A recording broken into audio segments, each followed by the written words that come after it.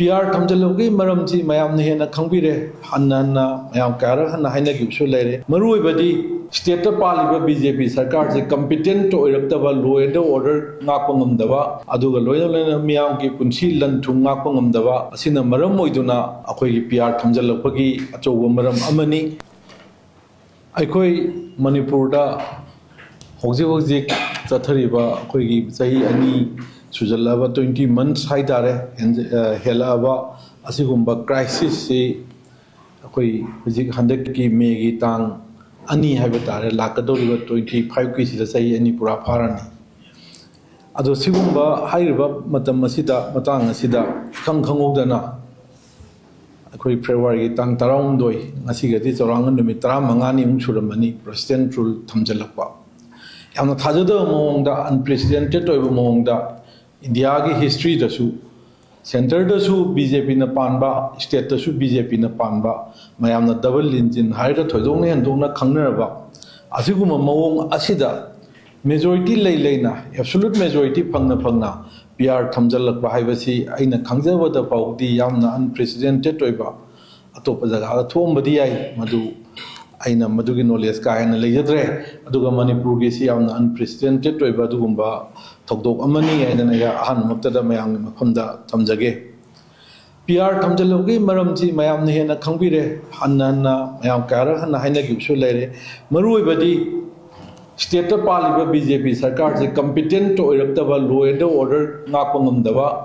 ꯑꯗꯨꯒ ꯂꯣꯏꯅ ꯃꯤꯌꯥꯝꯒꯤ ꯄꯨꯟꯁꯤ ꯂꯟ ꯊꯨꯝ ꯉꯥꯛꯄ ꯉꯝꯗꯕ ꯑꯁꯤꯅ ꯃꯔꯝ ꯑꯣꯏꯗꯨꯅ ꯑꯩꯈꯣꯏꯒꯤ PR ꯊꯝꯖꯜꯂꯛꯄꯒꯤ ꯑꯆꯧꯕ ꯃꯔꯝ ꯑꯃꯅꯤ ꯑꯅꯤꯁꯨꯕꯗ PR ꯑꯁꯤ ꯊꯝꯗ꯭ꯔꯕꯁꯨ ꯌꯥꯔꯝꯕ ꯍꯥꯏꯕ ꯇꯥꯔꯦ ꯂꯩꯇ꯭ꯔꯕꯁꯨ ꯌꯥꯔꯝꯕ ꯄꯣꯠꯇꯨ ꯑꯩꯈꯣꯏꯒꯤ ꯂꯩꯔꯤꯕ BJPꯒꯤ ꯁ꯭ꯇꯦꯠꯇ ꯂꯩꯔꯤꯕ MLAꯁꯤꯡꯅ ꯃꯈꯣꯏ ꯃꯥꯟꯅꯗꯕ ꯑꯃꯒ ꯃꯥꯟꯅꯗꯕ ꯂꯨꯆꯤꯡꯕ ꯈꯟꯕ ꯉꯝꯗꯕ ꯗꯤꯁꯌꯨꯅꯤꯇꯤ ꯁꯤꯅꯁꯨ ꯃꯔꯝ ꯑꯃꯅꯤ ꯑꯆꯧꯕ ꯃꯔꯝ ꯑꯃꯅꯤ ꯍꯥꯏꯕꯁꯤ ꯊꯝꯖꯔꯒ ꯑꯩꯍꯥꯛ ꯁꯤ ꯃꯇꯥꯡꯁꯤꯗꯤ ꯊꯣꯏꯗꯣꯛꯅ ꯁꯥꯡꯗꯣꯛꯆꯔꯔꯣꯏ ꯂꯣꯏꯅꯅ PRꯁꯤ ꯊꯝꯃꯛꯄꯒꯤ ꯃꯇꯨꯡ ꯏꯟꯅ ꯊꯝꯃꯛꯑ ꯃꯇꯨꯡꯗꯗꯤ ꯀꯩꯗꯧꯔꯦ ꯍꯧꯖꯤꯛ ꯂꯩꯔꯤꯁꯤ 356ꯇ ꯉꯁꯥꯏꯒꯤ ꯄ꯭ꯔꯦꯁꯤꯗꯦꯟꯠ ꯔꯨꯜꯁꯤ ꯄ꯭ꯔꯣꯀ꯭ꯂꯦꯝ ꯇꯧꯈ꯭ꯔꯦ 13 ꯐꯦꯕ꯭ꯔꯨꯋꯥꯔꯤꯗ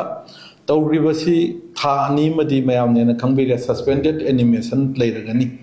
ꯁꯁꯄꯦꯟꯗꯦꯗ ꯑꯦꯅꯤꯃꯦꯁꯟꯁꯤ ꯊꯥ 2ꯁꯤꯒꯤ ꯃꯅꯨꯡꯁꯤꯗ ꯍꯥꯏꯕꯗꯤ ꯍꯧꯖꯤꯛꯁꯤ ꯑꯩꯈꯣꯏꯒꯤ ꯐꯦꯕ꯭ꯔꯨꯋꯥꯔꯤ ꯃꯥꯔꯆ ꯑꯦꯄ꯭ꯔꯤꯜꯒꯤ ꯇꯥꯡ 11 ꯑꯣꯏꯒꯅꯤ ꯁꯤꯐꯥꯎꯒꯤ ꯃꯅꯨꯡꯗ ꯚꯥꯔꯠꯀꯤ ꯄꯥꯔꯂꯥꯃꯦꯟꯠꯇ ꯂꯣꯛ ꯁꯚꯥ ꯑꯃꯁꯨꯡ ꯔꯥꯖ꯭ꯌ ꯁꯚꯥꯗ ꯄ꯭ꯔꯁꯤꯗꯦꯟꯠꯅ ꯃꯁꯤ ꯄꯥꯔꯂꯥꯃꯦꯟꯠꯅ ꯃꯁꯤ ꯑꯦꯄ꯭ꯔꯨꯞ ꯇꯧꯗ꯭ꯔꯒꯗꯤ ꯃꯁꯤ ꯃꯈꯥ ꯇꯥꯕ ꯑꯃꯨꯛ ꯍꯥꯟꯅꯒꯤꯗꯨ ꯔꯤꯚꯥꯏꯚ ꯇꯧꯕ ꯗꯤꯁ ꯗꯦꯠ ꯍꯥꯏꯗꯅ ꯑꯃꯨꯛ ꯂꯥꯛꯄ ꯌꯥꯏ ꯍꯥꯏꯕꯗꯤ ꯄ꯭ꯔꯣꯀ꯭ꯂꯦꯃꯦꯁꯟꯁꯤ ꯑꯦꯄ꯭ꯔꯨꯞ ꯇꯧꯕ ꯑꯃ ꯆꯪꯉꯤ ꯊꯥ 2ꯒꯤ ꯃꯅꯨꯡꯁꯤꯗ ꯑꯩꯅ ꯈꯟꯖꯕꯗ ꯐꯥꯎꯕꯗꯤ ꯑꯩ ꯀꯟꯁꯤꯗꯔ ꯚ꯭ꯌꯨꯗꯗꯤ ꯊꯥ 2ꯒꯤ ꯃꯅꯨꯡꯁꯤꯗ ꯍꯥꯏꯕꯗꯤ ꯃꯥꯔꯆꯀꯤ ꯇꯥꯡ 10ꯗꯒꯤ ꯑꯣꯏꯔꯝꯒꯅꯤ ꯄꯥꯔꯂꯥꯃꯦꯟꯠꯁꯦ ꯑꯃꯨꯛ ꯔꯤꯖ꯭ꯌꯨꯝ ꯇꯧꯒꯗꯣꯏꯁꯤ ꯑꯗꯨꯕꯨꯗꯤ ꯁꯤꯒꯤ ꯂꯥꯛꯏꯕ ꯁꯦꯁꯟꯁꯤꯗ ꯁꯣꯏꯗꯅꯃꯛꯀꯤ ꯍꯥꯏꯔꯤꯕ ꯑꯦꯄ꯭ꯔꯨꯚꯦꯜꯁꯤ ꯄꯤꯔꯛꯀꯗ꯭ꯔꯥ ꯍꯥꯏꯕꯒꯤ ꯆꯥꯎꯅ ꯆꯤꯡꯅꯕ ꯂꯩ ꯍꯧꯖꯤꯛ ꯑꯣꯏꯔꯤꯕ ꯃꯅꯤꯄꯨꯔꯗ ꯇꯧꯔꯛꯏꯕ ꯑꯩꯈꯣꯏꯒꯤ ꯒꯕꯔꯅꯔꯅ ꯁꯦꯀ꯭ꯔꯦꯇꯔꯤꯌꯦꯠꯇꯒ ꯐꯝꯃꯛꯄ ꯑꯇꯩ ꯃꯥꯒꯤ ꯏꯁꯇꯥꯕ꯭ꯂꯤꯁꯃꯦꯟ ꯃꯌꯥꯝ ꯑꯃ ꯁꯦꯝꯃꯛꯄ ꯃꯤꯇꯤꯡ ꯀꯣꯜ ꯇꯧꯔꯛꯄ ꯇꯥꯁꯟ ꯈꯣꯝꯖꯟꯕ ꯃꯌꯥꯝꯁꯤ ꯎꯔꯨꯔꯒꯗꯤ PRꯁꯤ ꯁꯣꯏꯗꯅꯃꯛꯀꯤ ꯃꯥꯔꯆꯀꯤ ꯇꯥꯡ 10ꯗꯒꯤ ꯍꯧꯒꯗꯧꯔꯤꯕ ꯑꯁꯤꯒꯨꯝꯕ ꯄꯥꯔꯂꯥꯃꯦꯟꯠꯀꯤ ꯑꯩꯈꯣꯏꯒꯨꯝꯕ ꯁꯕꯖꯦꯛ ꯇꯨ ꯀꯟꯐꯥꯔꯃꯦꯁꯟꯅꯤ 10ꯗꯒꯤꯅꯦꯅ ꯑꯩꯅ ꯂꯧꯖꯩ ꯃꯁꯤꯗꯒꯤꯗꯤ ꯑꯩꯈꯣꯏ ꯁꯣꯏꯗꯅꯃꯛꯀꯤ ꯇꯧꯔꯛꯀꯗ꯭ꯔꯥ ꯍꯥꯏꯕꯒꯤ ꯆꯤꯡꯅꯕ ꯆꯥꯎꯅ ꯂꯩ ꯃꯁꯤꯒꯤ ꯄ꯭ꯔꯦꯁꯤꯗꯦꯟꯠ ꯔꯨꯜꯁꯤ ꯂꯥꯛꯄ ꯃꯇꯝꯗ ꯃꯁꯤ ꯂꯥꯛꯇꯅꯕꯒꯤ ꯑꯃꯠꯇ ꯑꯣꯏꯔꯕ ꯃꯤꯌꯥꯝꯅꯁꯨ ꯄꯥꯝꯅꯗꯦ ꯑꯩꯈꯣꯏꯒꯤ ꯀꯪꯒ꯭ꯔꯦꯁ ꯄꯥꯔꯇꯤꯅꯁꯨ ꯄ꯭ꯔꯦꯁꯤꯗꯦꯟꯠ ꯔꯨꯜꯁꯤ ꯄꯥꯝꯗꯦ ꯍꯥꯟꯅ ꯃꯃꯥꯡꯗꯁꯨ ꯑꯩꯈꯣꯏꯒꯤ ꯁꯦꯅꯤꯌꯔ ꯂꯤꯗꯔꯁꯤꯡꯅꯁꯨ ꯀꯌꯥ ꯍꯥꯏꯈ꯭ꯔꯦ ꯑꯩꯈꯣꯏꯒꯤ ꯄꯥꯔꯇꯤꯒꯤ ꯑꯣꯏꯅꯗꯤ ꯃꯗꯨ ꯑꯄꯥꯝꯕ ꯂꯩꯇꯦ ꯃꯤꯌꯥꯝꯅ ꯈꯟꯕ ꯃꯤꯍꯨꯠꯁꯤꯡꯅ ꯉꯥꯛꯄ ꯂꯩꯉꯥꯛ ꯑꯗꯨ ꯑꯩꯈꯣꯏꯅ ꯄꯥꯝꯕꯅꯤ ꯑꯗꯨꯕꯨ ꯂꯩꯔꯤꯕ BJPꯒꯤ MLAꯁꯤꯡꯁꯤꯅ ꯃꯈꯣꯏꯅ ꯄꯨꯛꯆꯦꯜ ꯃꯥꯟꯅꯗꯕ ꯑꯃꯒ ꯄꯨꯟꯗꯕ ꯌꯨꯅꯤꯇꯤ ꯂꯩꯇꯕ ꯁꯤꯒꯨꯝꯕ ꯀꯌా ꯑꯁꯤ ꯑꯣꯏꯔꯛꯑꯒꯗꯤ ꯍꯥꯏꯕꯗꯤ ꯂꯩꯔꯤꯕ ꯉꯁꯥꯏꯒꯤ ꯃꯥꯔꯆꯀꯤ ꯇꯥꯡ 10ꯒꯤ ꯃꯇꯥꯡ ꯑꯦꯄ꯭ꯔꯤꯜ ꯇꯥꯡ 10 ꯐꯥꯎ ꯂꯩꯕꯅꯤꯅ ꯃꯥꯔꯆꯀꯤ ꯑꯦꯅꯤ ꯇꯥꯏꯝ ꯑꯃꯗ ꯑꯣꯏꯔꯛꯄ ꯌꯥꯏ ꯊꯥ 2 ꯍꯥꯏꯕꯁꯤ ꯑꯗꯨꯒꯤ ꯃꯅꯨꯡꯁꯤꯗꯩꯗ ꯑꯩꯈꯣꯏ ꯁꯔꯀꯥꯔꯁꯤ ꯀ꯭ꯂꯦꯝ ꯇꯧꯍꯧꯕ ꯑꯃꯁꯨꯡ ꯁꯦꯝꯍꯧꯕ ꯍꯥꯏꯕꯁꯤ ꯇꯧꯗ꯭ꯔꯒꯗꯤ PRꯒꯤ ꯄꯣꯠꯁꯤ ꯁꯣꯏꯗꯅꯃꯛꯀꯤ ꯃꯈꯥ ꯆꯠꯊꯔꯛꯀꯅꯤ ꯍꯥꯏꯕꯒꯤ ꯆꯤꯡꯅꯕ ꯂꯩ ꯃꯔꯝ ꯑꯗꯨꯅ ꯑꯩꯈꯣꯏꯒꯤ ꯄꯥꯔꯇꯤꯒꯤ ꯑꯣꯏꯕ ꯄꯣꯠꯇꯤ ꯑꯣꯏꯗ꯭ꯔꯦ ꯃꯈꯣꯏꯒꯤ ꯄꯥꯔꯇꯤꯒꯤ ꯑꯣꯏꯕ ꯃꯅꯨꯡꯒꯤ ꯑꯣꯏꯕ ꯄꯣꯠꯅꯤ ꯃꯤꯌꯥꯝꯒꯤ ꯏꯟꯇꯔꯦꯁꯇ ꯑꯩꯈꯣꯏꯅ ꯀꯣꯡꯒ꯭ꯔꯦꯁꯅ ꯑꯣꯄꯣꯖꯤꯁꯟ ꯑꯃ ꯑꯣꯏꯅ ꯃꯤꯌꯥꯝꯒꯤ ꯏꯟꯇꯔꯦꯁꯇ BJPꯒꯤ ꯂꯩꯔꯤꯕ MLAꯁꯤꯡꯁꯤ ꯑꯃꯠꯇ ꯑꯣꯏꯅ ꯄꯨꯟꯁꯤꯟꯗꯨꯅ ꯃꯇꯤꯛ ꯆꯥꯕ ꯃꯅꯤꯄꯨꯔꯕꯨ ꯉꯥꯛꯄ ꯉꯝꯒꯗꯕ ꯃꯅꯤꯄꯨꯔꯗ ꯄꯤꯁ ꯁꯥꯟꯇꯤ ꯅꯣꯔꯃꯦꯜꯁꯤ ꯃꯤꯌꯥꯝꯒꯤ ꯄꯨꯟꯁꯤ ꯂꯟ ꯊꯨꯝ ꯉꯥꯛꯄ ꯉꯝꯒꯗꯕ ꯑꯗꯨꯒꯨꯝꯕ ꯂꯤꯗꯔ ꯑꯃ ꯈꯜꯂꯒ ꯌꯥꯝꯅ ꯊꯨꯅꯃꯛ ꯃꯤꯌꯥꯝꯒꯤ ꯑꯣꯏꯕ ꯒꯅꯇꯟꯇ꯭ꯔꯤꯛ ꯑꯣꯏꯕ ꯑꯗꯨꯒꯨꯝꯕ ꯗꯦꯃꯣꯀ꯭ꯔꯦꯇꯤꯛ ꯑꯣꯏꯕ ꯂꯩꯉꯥꯛ ꯑꯗꯨ ꯍꯟꯖꯤꯜꯍꯟꯕ ꯑꯁꯤ ꯑꯩꯈꯣꯏꯒꯤ ꯀꯣꯡꯒ꯭ꯔꯦꯁ ꯄꯥꯔꯇꯤꯒꯤ ꯑꯣꯏꯅꯁꯨ ꯑꯄꯥꯝꯕꯅꯤ ꯑꯗꯨꯒ ꯍꯧꯖꯤꯛ ꯂꯩꯔꯤꯕ ꯐꯤꯕꯝꯁꯤ ꯃꯤꯌꯥꯝꯁꯤ ꯌꯥꯝꯅ ꯀꯟꯐ꯭ꯌꯨꯖꯤꯡ ꯑꯣꯏꯕ ꯌꯥꯝꯅ ꯆꯔꯥꯡꯅꯕ ꯂꯥꯡꯇꯛꯅꯕ ꯃꯤ ꯈꯨꯗꯤꯡꯃꯛꯅ ꯍꯪꯕ ꯃꯤ ꯈꯔ ꯑꯃꯅ ꯍꯥꯏ ꯀꯔꯤ ꯍꯥꯏ ꯃꯗꯨꯗꯤ ꯍꯧꯖꯤꯛꯁꯦ ꯍꯥꯟꯅ ꯄꯥꯟꯈꯤꯕ ꯄꯦꯔꯦꯠ ꯆꯍꯤ 2ꯃꯨꯛꯁꯤ ꯌꯥꯝ ꯁꯥꯊꯤꯅ ꯑꯋꯥ ꯑꯅꯥ ꯆꯩꯊꯦꯡꯁꯦ ꯅꯪꯈꯤꯕꯅ ꯃꯔꯝ ꯑꯣꯏꯁꯤꯅ PRꯁꯤꯅ ꯐꯔꯕ꯭ꯔꯥ ꯍꯥꯏꯅ ꯍꯪꯅꯕ ꯌꯥꯎꯗꯕ ꯅꯠꯇꯦ ꯑꯗꯨ ꯈꯔ ꯑꯃꯅ ꯍꯥꯏ PRꯒꯤꯁꯤꯗꯤ ꯃꯁꯤꯗꯤ the calm before the storm ꯅꯣꯡꯂꯩ ꯅꯨꯡꯁꯤꯠ ꯂꯥꯛꯇ꯭ꯔꯤꯉꯩꯗ ꯑꯇꯤꯌꯥ ꯁꯦꯡꯇ꯭ꯔꯤꯛ ꯁꯦꯡꯕꯗꯨꯒꯤ ꯃꯑꯣꯡꯅꯤ ꯍꯧꯖꯤꯛ ꯇꯧꯔꯤꯕꯁꯤꯗꯤ ꯍꯦꯟꯅ ꯁꯥꯊꯤꯕ ꯃꯑꯣꯡꯗ ꯂꯥꯛꯄ ꯌꯥꯏ ꯍꯥꯏꯕꯒꯤ ꯑꯗꯨꯒꯨꯝꯕ ꯀꯃꯦꯟ ꯄꯤꯕ ꯚ꯭ꯌꯨ ꯂꯩꯕ ꯑꯗꯨꯒꯨꯝꯕ ꯃꯤꯑꯣꯏ ꯀꯌꯥ ꯑꯃꯁꯨ ꯂꯩ ꯈꯔ ꯑꯃꯅ ꯍꯥꯟꯅꯒꯤ ꯂꯩꯉꯥꯛ ꯆꯍꯤ 2ꯃꯨꯛꯀꯤꯁꯨ ꯎꯔꯀꯥꯟꯗ ꯅꯠꯇ꯭ꯔꯒ ꯑꯥꯗꯁꯨ BJPꯅ ꯇꯧꯔꯤꯕ ꯁꯤꯗꯁꯨ BJPꯅ ꯇꯧꯔꯤꯕꯁꯤ ꯎꯔꯀꯥꯟꯗ PR ꯅꯠꯇꯕ꯭ꯔꯥ ꯑꯩꯈꯣꯏꯁꯦ ꯑꯃꯍꯥꯒꯤ ꯑꯃꯍꯥꯅꯤ ꯍꯥꯏꯅ ꯈꯟꯕ ꯀꯥꯡꯕꯨꯁꯨ ꯑꯗꯨꯝ ꯂꯩ ꯑꯗꯨꯕꯨ ꯑꯩꯈꯣꯏꯒꯤ ꯀꯟꯁꯤꯗꯔഡ് ꯚ꯭ꯌꯨꯗꯗꯤ PR ꯂꯥꯛꯇꯕꯁꯤꯅ ꯍꯦꯟꯅ ꯐꯩ PR ꯂꯥꯛꯑꯀꯥꯟꯗ ꯀꯔꯤꯅꯣ ꯈꯪꯗꯕ ꯀꯔꯤ ꯊꯣꯛꯂꯛꯀꯗꯒꯦ ꯈꯪꯗꯕ ꯃꯌꯥꯝ ꯑꯃ ꯂꯩꯕꯅꯤꯅ PR ꯂꯥꯛꯄꯒꯤ ꯄꯣꯠ ꯑꯁꯤ ꯑꯩꯈꯣꯏꯒꯤ ꯑꯣꯏꯅꯗꯤ ꯄꯥꯝꯗꯦ PRꯁꯤ ꯃꯈꯥ ꯆꯠꯊꯕꯁꯤ ꯂꯣꯏꯅꯅ ꯍꯧꯖꯤꯛ ꯂꯥꯛꯏꯕ ꯀ꯭ꯋꯦꯁꯟꯁꯤ PR ꯂꯥꯛꯄ ꯃꯇꯝꯁꯤꯗ ꯂꯥꯛꯏꯁꯤ ꯑꯩꯈꯣꯏꯒꯤ ꯃꯈꯣꯏꯅ ꯆꯪꯁꯤꯜꯂꯛꯏꯕ ꯍꯧꯖꯤꯛꯁꯤ ꯑꯩꯈꯣꯏꯒꯤ ꯈꯨꯜ ꯉꯥꯛꯄ ꯏꯆꯥ ꯏꯅꯥꯎꯁꯤꯡ ꯈꯨꯠꯁꯨ ꯈꯨꯠꯂꯥꯏ ꯑꯩꯈꯣꯏꯒꯤ ꯍꯦꯟꯗꯤꯡ ꯑꯣꯚꯔ ꯇꯧꯕ ꯍꯥꯏꯕ ꯇꯥꯔꯦ ꯑꯩ ꯁꯔꯦꯟꯗꯔ ꯇꯧꯕꯃꯛꯇꯤ ꯑꯩ ꯍꯥꯏꯖꯅꯤꯡꯗꯦ ꯍꯦꯟꯗꯤꯡ ꯑꯣꯚꯔ ꯇꯧꯕ ꯍꯥꯏꯕꯗꯤ ꯑꯄꯤꯜ ꯇꯧꯕꯅꯦꯕ ꯂꯣ ꯑꯃ ꯏꯅꯦꯛ ꯇꯧꯔꯀꯥꯟꯗ ꯄꯤꯗꯕ ꯌꯥꯗꯦ ꯍꯥꯏꯕ ꯅꯠꯇꯦꯕ ꯈꯨꯠꯁꯨ ꯈꯨꯠꯂꯥꯏꯁꯤ ꯑꯥꯏꯟ ꯑꯃ ꯑꯣꯔꯗꯤꯅꯥꯟꯁ ꯑꯃ ꯖꯥꯔꯤꯔꯒ ꯃꯁꯤ ꯑꯗꯨꯒꯨꯝꯕ ꯑꯣꯔꯗꯔ ꯑꯃꯒꯤ ꯃꯈꯥꯗ ꯇꯧꯗꯕ ꯌꯥꯗꯦ ꯈꯣꯠꯇꯕ ꯌꯥꯗꯦ ꯍꯥꯏꯗꯅ ꯏꯆꯝ ꯆꯝꯕ ꯑꯦꯗꯃꯤꯅꯤꯁꯇ꯭ꯔꯦꯇꯤቭ ꯑꯣꯔꯗꯔ ꯊꯣꯛꯄꯗꯨꯅ ꯑꯃꯅꯤꯀꯣ ꯑꯗꯨꯃꯛ ꯅꯠꯇꯕꯅꯤna ꯃꯁꯤ ꯑꯩꯗꯤ ꯍꯦꯟꯗꯤꯡ ꯑꯣꯚꯔ ꯇꯧꯕꯅꯤ ꯑꯄꯤꯜ ꯇꯧꯕꯗꯨꯒꯤ ꯔꯦꯁꯄꯣꯟ ꯇꯧꯕꯅꯤ ꯍꯦꯟꯗꯤꯡ ꯑꯣꯚꯔ ꯇꯧꯕꯅꯤꯅ ꯂꯧꯖꯩ ꯑꯗꯨꯒ ꯍꯥꯏꯔꯤꯕ ꯈꯨꯠꯁꯨ ꯈꯨꯠꯂꯥꯏ ꯃꯌꯥꯝ ꯑꯃ ꯍꯦꯟꯗꯤꯡ ꯑꯣꯚꯔ ꯇꯧꯕꯁꯤꯗꯁꯨ ꯃꯌꯥꯝ ꯀꯟꯗꯤꯁꯟ ꯃꯌꯥꯝ ꯑꯃ ꯉꯁꯤ ꯄꯦꯄꯔꯗꯁꯨ ꯀꯩꯗꯁꯨ ꯊꯦꯡꯅꯔꯦ ꯑꯗꯣ ꯃꯁꯤꯁꯨ ꯍꯧꯖꯤꯛꯁꯤ ꯃꯁꯤꯅ ꯀꯗꯣꯝꯗ ꯃꯁꯤꯒꯤ ꯃꯥꯌꯣꯟꯁꯤ ꯂꯥꯛꯀꯗꯧꯔꯤꯕꯅꯣ ꯍꯥꯏꯕꯁꯤ ꯑꯩꯈꯣꯏ ꯇꯝꯕ ꯉꯝꯗꯕ ꯃꯌꯥꯝ ꯑꯃꯈꯛ ꯑꯩꯈꯣꯏꯗ ꯄꯤꯄꯜꯗ ꯑꯦꯟꯖꯥꯏꯇꯤ ꯑꯃ ꯂꯩꯔꯦ ꯂꯥꯛꯄ ꯌꯥꯕꯁꯤ stick and the carrot policy sisinakadra colonial policy matamda British era toramba fajana haibasi yaragadi nang carrot pizagani fajana haibasi yadragadi nang stick pizagani haibagi stick and the carrot policy British colonial era gi adugumba potama lakadra haibagi chingnaba chauna lei aduga loina asigumba PR na lokhalaiba PR lakpadagi lokhalaiba thabak singthi yengurakanda khoigi मखोई सिबु peace and normalcy हंजल हन्नब सिगी दमक्ता पांडम ला है PR मधु चिंग निंगाई ओई peace and normalcy ngakta हंजल हल्ला लोरे अमगी वासु अमता नतबदा हानगी नॉर्मल सिदु पोरकोदी ओइसनु ngambsu ओइसनु अदु मधु चिंगदबति ngamde मरमदि करिगिनो हाय मतमदा मसिगी मरुंगदा हिडन एजेंडा ओइना मास कॉम्बिंग ऑपरेशन गुंबा अखोइदा लैरिबा अखोइगी इसिल नाउसिंग मरिबा मजातगी दमक्ता खोनदुना सही कयादगी तौरई मयामसे फ्लश आउट तौनबगी नत्रगा नेप तौनबगी नत्रगा मखोइसे नमदना अखोइ करुम खरा तौनबगी अदुगुंबगी पोट अमा लैब्रा हाइबसिसु चिंगदब ngamde लोइना अखोइना मयामना तोइना हाइबदसु थेंगनै territorial integrity di kairoi habisi home minister Amit Shah na habisu haire handaki su governor na su territorial integrity di kairoi haire aduda handaki ngasi gi paper da newspaper da thengna bada yam phajaba ma yawi separate administration haiba ma palle nani masi wasi pak sum demand di dum jawra su assurance pilakama dam da di territorial integrity khakta haiba अदु हंदकी ngaranggi laibadुगी मागी document che chang agreement tumakti udri aduga maduda separate administration haiba ma yawi adu khara madadi social media dadi territorial integrity da haibu yawi aigi motadi territorial integrity kaida bugo loina na separate administration पीदब है मथौ ताई what is separate administration है मैम हेन खबीरे अगर थमजनिंग separate administration से हजिक ऑटोनोमस डिस्ट्रिक्ट काउंसिल लेरीसी सेपरेट एडमिनिस्ट्रेशन अखोना खंजबदी असेंबली पकनरगे असेंबली लेरी सेपरेट एडमिनिस्ट्रेशन नतेन लौजे नतना 6 शेड्यूल की मखादा अखोगी असेंबली की वामद चटखिदुना इंडियन कॉन्स्टिट्यूशन की मखादा डायरेक्ट लाखिबु तारगदी मदु सेपरेट एडमिनिस्ट्रेशन नेना लौजे अखंग आई सिंगी मोटो खाइबे लेबिरंगनी मरमदि मसिदी अखोगी असेंबली की परव्यू मनुंग द लेबा पोट अमा ओइबना अदुना करिगुंबा चिना अखोगी ओइबा व्यूनी करिगुंबा मसिगी मतांग यानबा मा करिगुंबा मा पोरपो तारबसु अखोइना पामजबसिदी मदुदी स्टेक होल्डर सिंगदुना लेपगदबनी सिना अखोगी व्यूनी अखोगी कमेंट ने मदुदी ngasai ADC लेरिबा असेंबली की परव्यू मनुंग लेरिबा ADC सिदा इंपोर्ट तोबा डिवोल्यूशन ऑफ पावर तोबा पंचायत की इलेक्शन तोबा लोकल बॉडीज की इलेक्शन तोबा ADC की election तौदना savin तौदना मियामदा decentralise तौरगा empower तौरगदी मदुगी पोतुदा अखन्नबा थोइबा थोगदो वाथोक मयाम मसिना economy की ओइना लंबी थोंगी चौखट खोंथांग की डॉक्टर की लाइंग संगी अदुगी अदा मयाम अमा छोथरबना स्पेशल पैकेज मयाम अमा पीरगा सुमना कंदा खोइ कमाइन तौना अखंगई सिंगना खनबिरगा स्टेक होल्डर सिंगसिगा तानरगा कमाइन यानगदगी हाइबगी पोतु भोक्तदी आइगी मोतदी खर मखर मदु चनबा यागद्राइना खल्ली अदु नतबा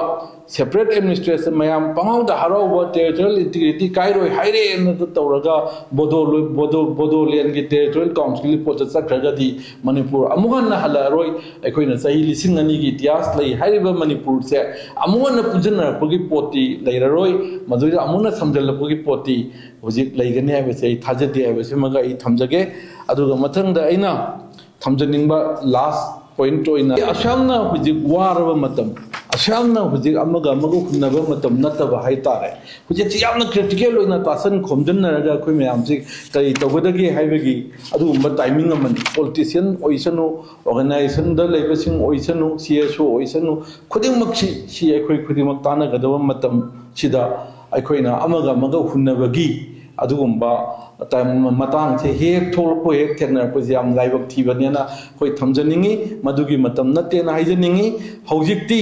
रीसेटलमेंट ऑफ डिस्प्लेस्ड पर्सन कमाइन तौगनी सी तंजा सिदैदा पॉलिसी ऑफ विलेज वॉलंटियर सिंगी नारांग सुंगांगनबद खर यावरे हाइरे सिगी मतंग कमाइन तौगनी अदुगा नेशनल हाईवे सिंजे कमाइना कोई हांगदोकनी चटप यानी चंगनब यानी अदुगा अखोइगी सोथौरबा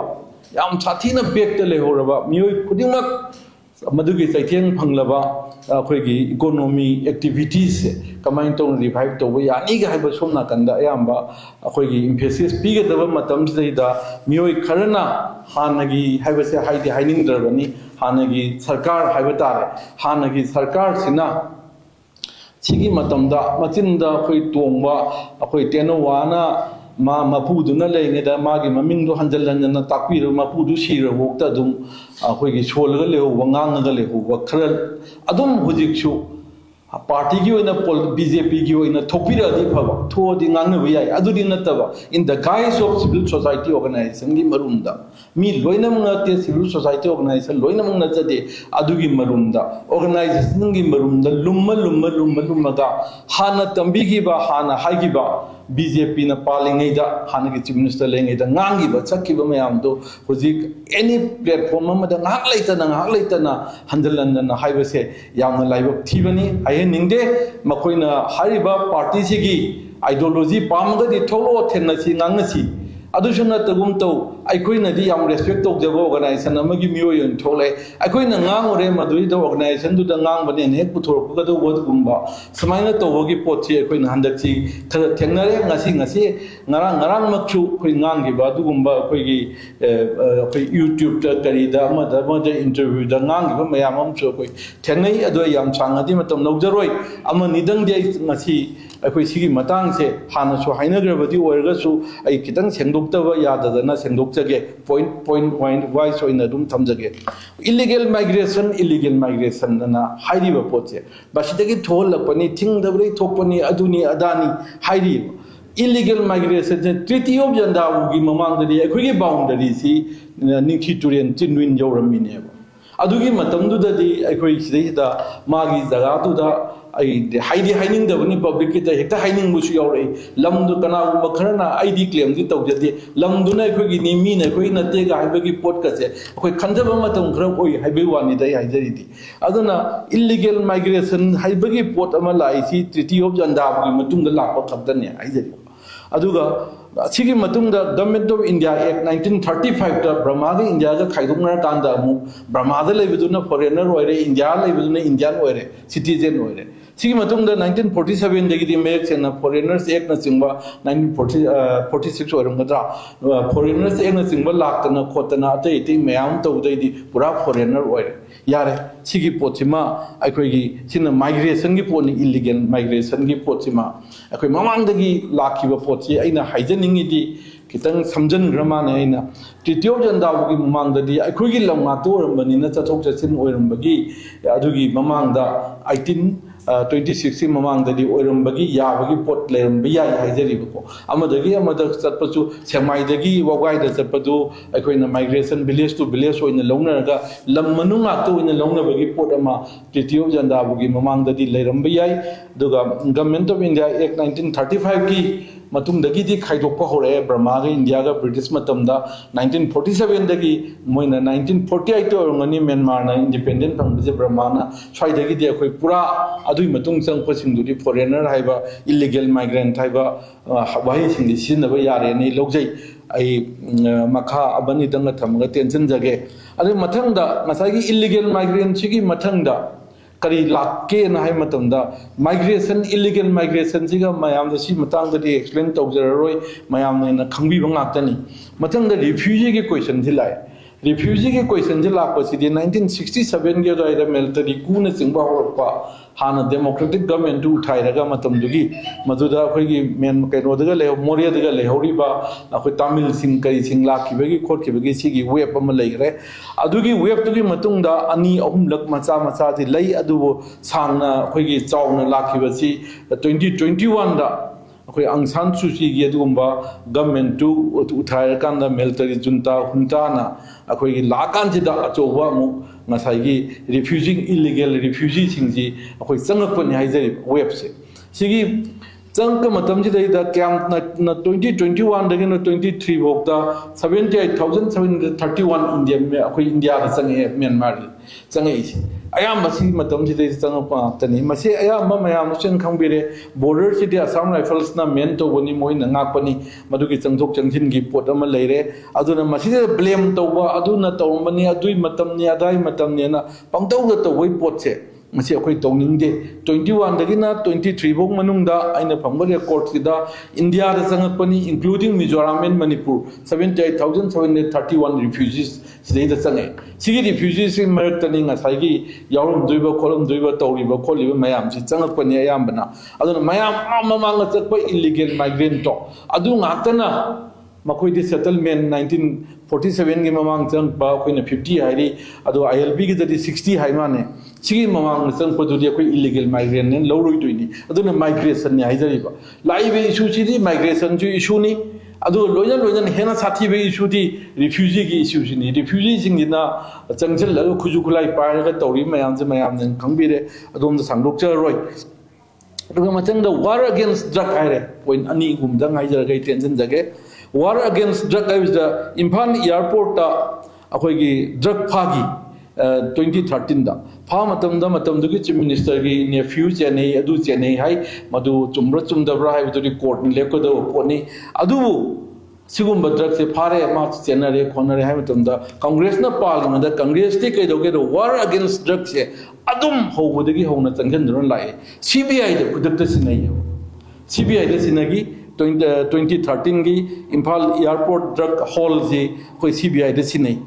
matam du gi chief minister gi nephew yawi haina ma ta sen involve to da di ma inquiry du na proof to da ko oi sin adu gi mathang da palenda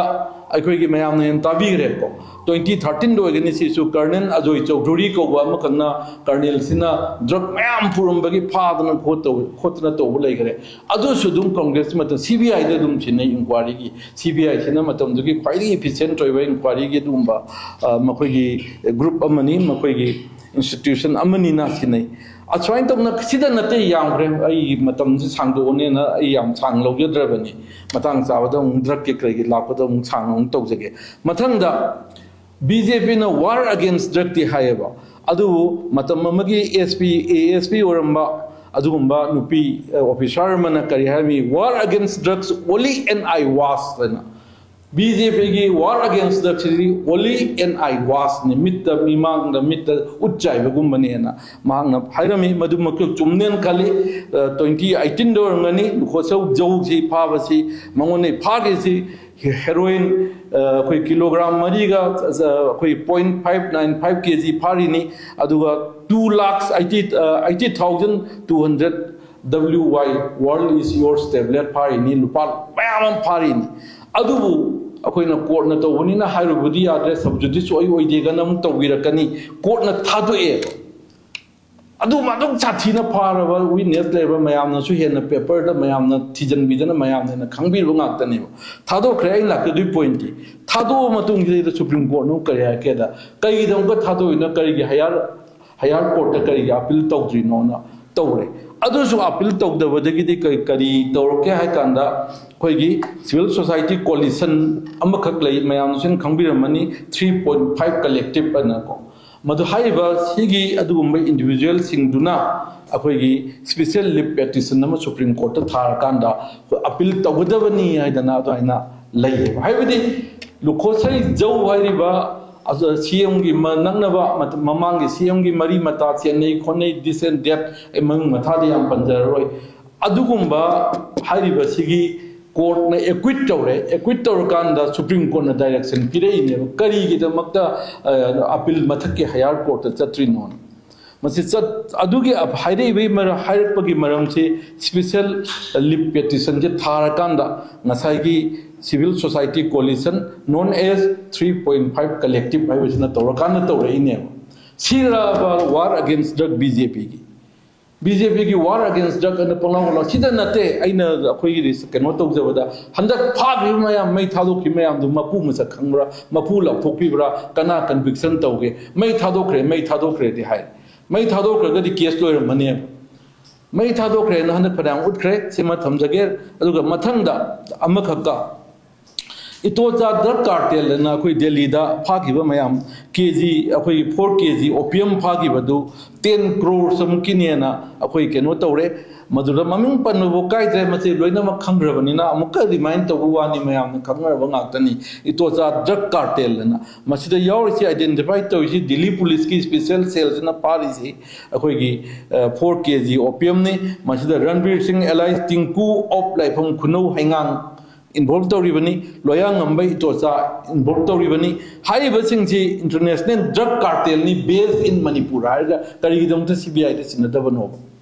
based in Manipur ja hairam dragati Delhi da phabani haibuchu ya matobuchu ya police ke report to the based in Manipur hairiba mayam singji hujiki ngangiba ngasagi fajadabo haido etra teno wadona tambiramba palinga tambiramba adu hayo idu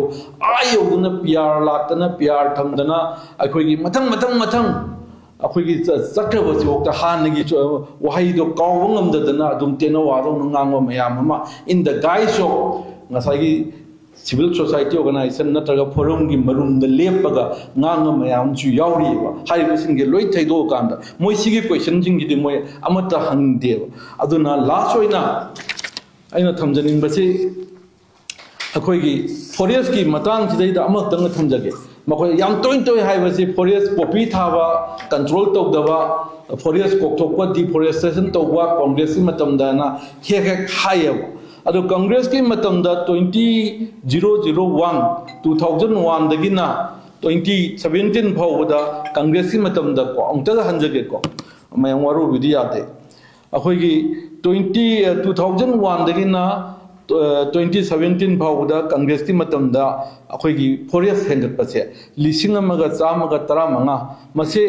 अखोगी India state of forest report तगी लोबदुंबा अखोगी forest survey of India न फोंबगी report तगी नि लिसिंग अमगा चाम तरामंगा स्क्वायर माइल्स स्क्वायर किलोमीटर हेंगटलेबा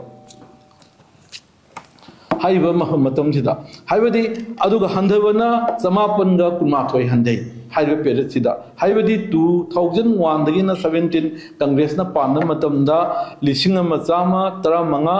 इंग हेंगली फॉरेस्ट की स्क्वायर किलोमीटर हंधबना समापनगा कुमाथोय हंदै अदुगा खाइदोक खाइजन तौरकांदा चामगा मोगद्रा मरी स्क्वायर किलोमीटर हेगना थनमे कांग्रेस ना पालिनेदा